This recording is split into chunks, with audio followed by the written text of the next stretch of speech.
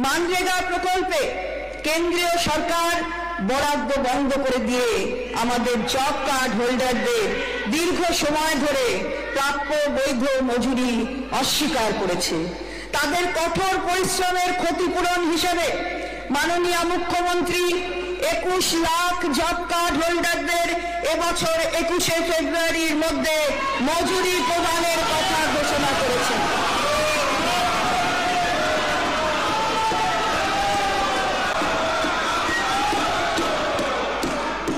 তাদের কঠোর পরিশ্রমের ক্ষতিপূরণ হিসেবে মাননীয় মুখ্যমন্ত্রীর 21 লাখ জব কার্ড হোল্ডারদের এবছর 21শে ফেব্রুয়ারির মধ্যে মঞ্জুরি প্রদানের কথা ঘোষণা করেছেন।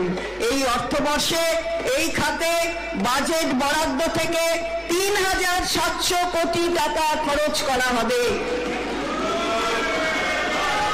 কেন্দ্রীয় সরকার অনৈতিকভাবে মানরেগার টাকা বন্ধ করে রাজ্যের প্রান্তিক মানুষের জীবিকার ন্যূনতম অধিকার কেড়ে নিয়েছে।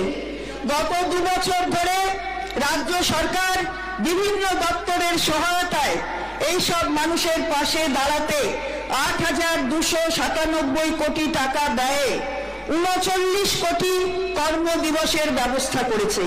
আমি আনন্দের সঙ্গে জানাচ্ছি যে এই সকল মানুষের পাশে দাঁড়ানোর অঙ্গীকারকে মান্যতা দিয়ে মাননীয় মুখ্যমন্ত্রীর নেতৃত্বে আমাদের সরকার নিজস্ব সংগতিতে কর্মশ্রী নামে একটি সুসংগত প্রকল্প চালু করেছে। এই প্রকল্পে রাজ্য সরকার রাজ্যের প্রত্যেক জব কার্ড হোল্ডারকে বছরে কমপক্ষে 50 দিনের কাজ নিশ্চিত করবে।